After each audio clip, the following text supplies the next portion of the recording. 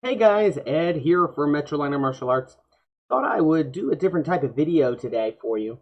I want to kind of narrate over some of our Kali sparring rounds. This is the first that I have sparred since COVID hit. So it's been over a year and a half since I have sparred Kali. Just timing and various issues have just caused me not to do it. So this is my first foray back into wearing the helmet with the padded sticks and the gloves. And I thought I would narrate and kind of talk about how our style differs from others and how we approach that in our sparring. So let's go ahead and get started. So here I want you to real quick. Let me rewind it just a tiny. So let me rewind it. So we always start every round with an Ekis or an X, just as a pay respect.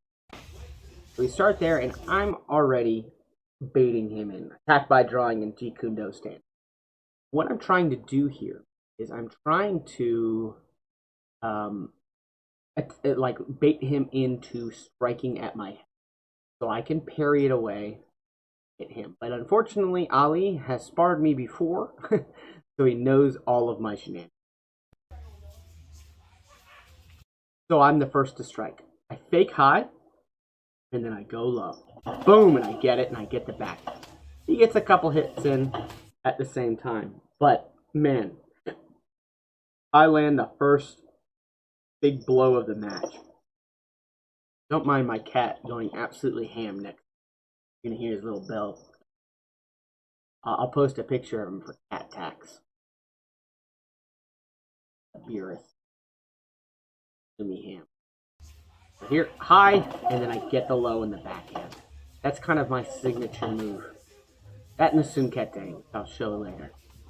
So I try it again, and I'm baiting him in to get the Sunkete, and I attempt it here when he comes in, right there. But unfortunately, I can't get his stick to move, and I see that, I eat the hit for my troubles.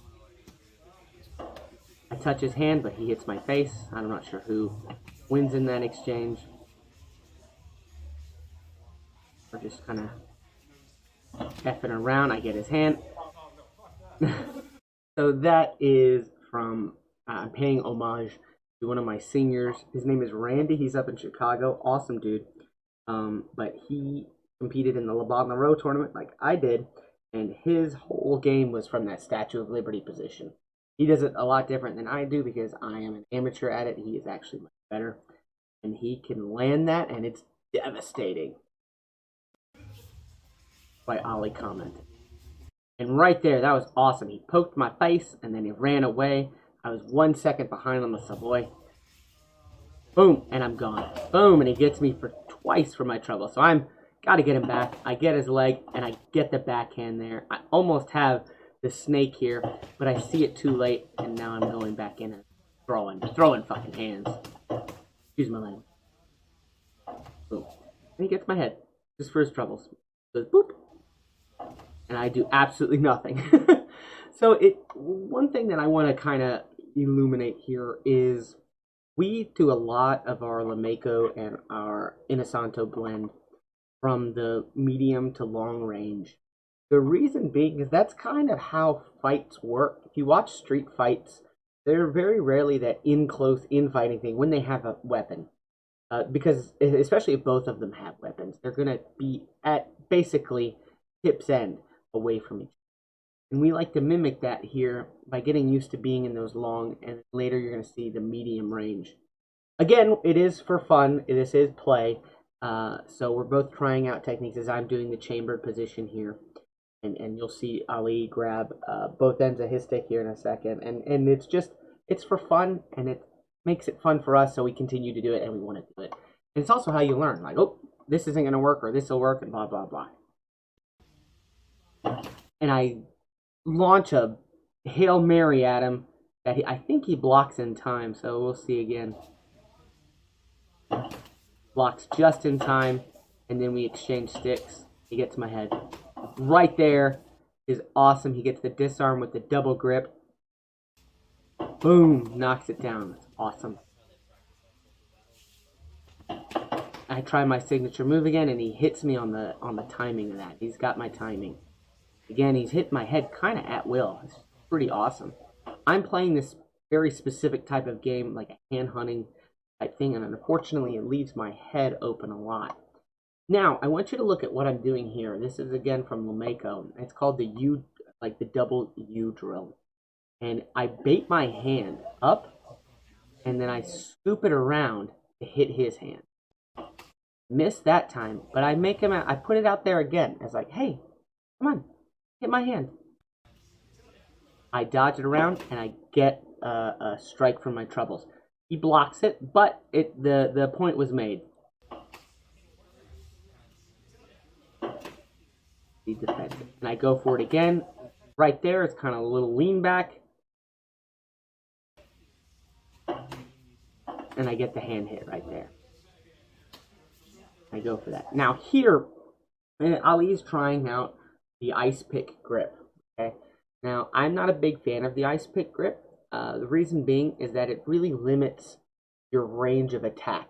The defense is pretty good, but your range of attack is really limited. And I'm going to show you my kind of response. I will switch the stick as well for the lulls, and then we'll go. I quickly realize I don't like that. I switch it back.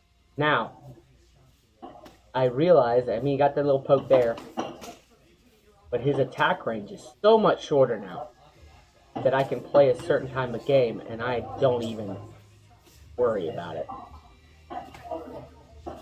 See, I can just basically move my head out of the way. And I put it in the right hand. If you guys don't know, my right hand's kind of messed up, and he pays on it. He just boops me in the head. Let's go back and look at that again. Okay, he switches to his right. I put it in my right, and he just goes boop and gets me on the head while I'm switching. It's a perfect hit. Now here we play a little bit of patty cake. I get his stick and drop it on my friend's head, Brady. I'm sorry, Brady. Sorry. I apologize, of course, again, trying to be respectful to my friends as they're doing open mat. I try my jumping move again, it doesn't work. Oh, I get the leg there. Oh, but he gets my head. Try my sunkete and it doesn't work. Always pay and respect. Super important.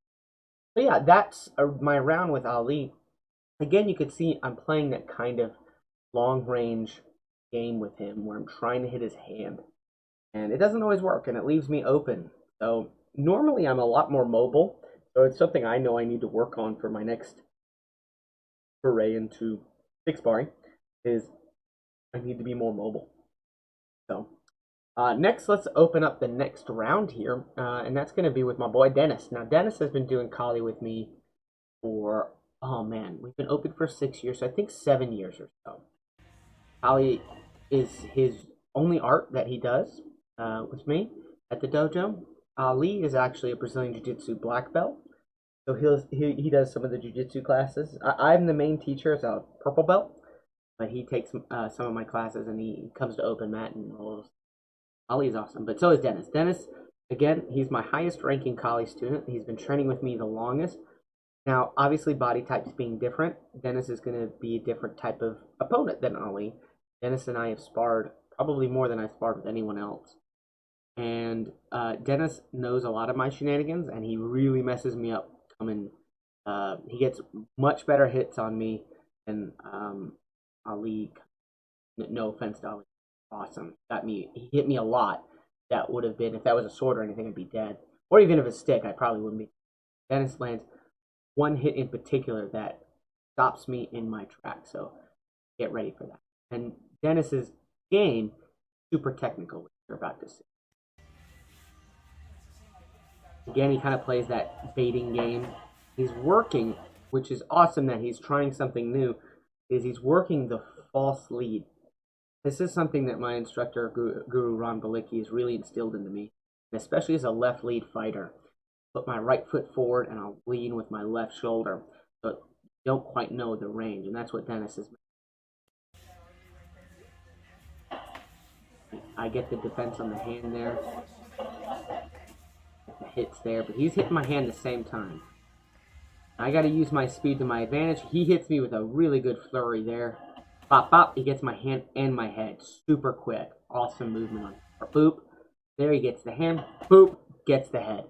I didn't even have time to read. He throws the hand up there. I try to return the favor. I just get the double hand. Not nearly as cool. And I try to poke it. I poke it then. I got it then. And right there. Open up. Now I'm in the true false lead. So I have my left shoulder forward, as you can see. My right foot is forward. I'm gonna do a move that Dennis is gonna make me pay back tenfold. I get the boop right there. You rewind it. I get the boop. And I'm able to cut off his sword slice or his slice there.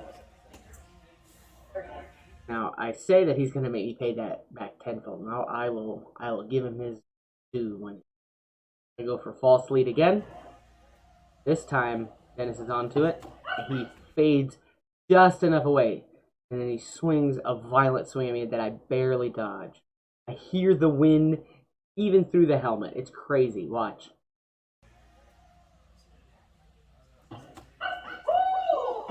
And then we both trade there, but oh my god, he scared the crap out of me. It was awesome.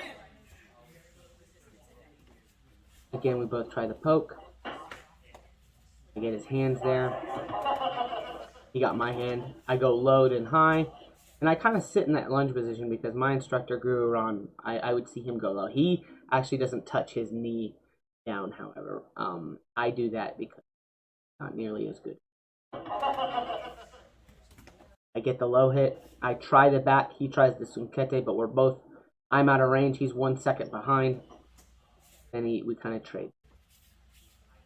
Now, this is where I where I start to lose a lot, and you're gonna watch me kind of panic through.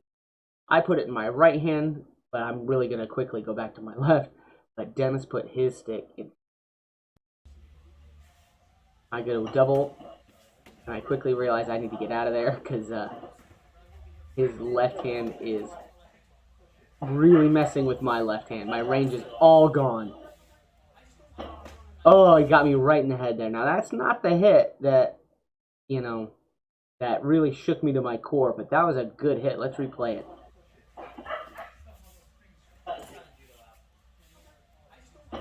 Right there. It was such a good hit, dude. That's my hand there. Like, he is killing my range.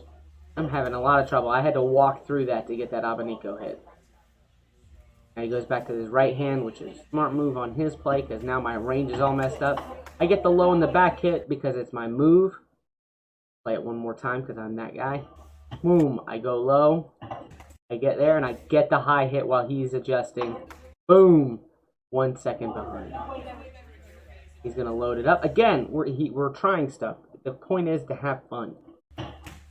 I drop low. He's now learning. Get out of range. Right there. Oh my gosh. Rocks me to my core. Right in the throat. It literally, I know the angle's not perfect, but watch the helmet. Helmet in my whole head. I'm stopping to strike, but he hits me dead in my track. A perfect interception. I'm going to play it one more time because it's so awesome. Boom! Lord, such a good hit. So proud of the dude. It was awesome. Right in the throat. It was perfect. Had I not been wearing a mask, I would be very upset. In a good way. He disarms me because I'm the easiest person in the world to disarm. Oh! Not only did he poke me, he broke my grip. We play respect, and we go in. Now we play Abanicos. Oh, I get the back hit, but he blocked the second hit that time. Almost got me there. Oh, man. I grab it. I get the disarm at the last second. Boom, right there. It was a good disarm on my part. I get a little bit of my... Oh, but he hits my head there. He swung right past me. I reach in, grab it with my right hand. I'll swing of my left, and I just chop through with my left. Boom, and I get the disarm. I'm handing him the stick back as the round ends. So those 2 rounds for our Kali sparring. Again, It's super fun. And I want to really point out and emphasize that we're playing at a range that we actually train a lot at. The reason being is because it's where we're the most familiar, and B, it's honestly where most weapon fights happen. If you look at like any fight from like the Philippines or whatever, you have these two guys with machetes, and they're at barely tips end, like where the tips will barely touch each other, and for due measure, right? Because machetes are sharp. We like to train at that range, or like a little bit in, if you notice where I'm trying to hit hands, but again, it opens me up. So I gotta move more. I'm gonna go back to the drawing board here and really get my mobility back. But for this, it's really important to note that like you gotta train and drill as you spar and as you spar to fight.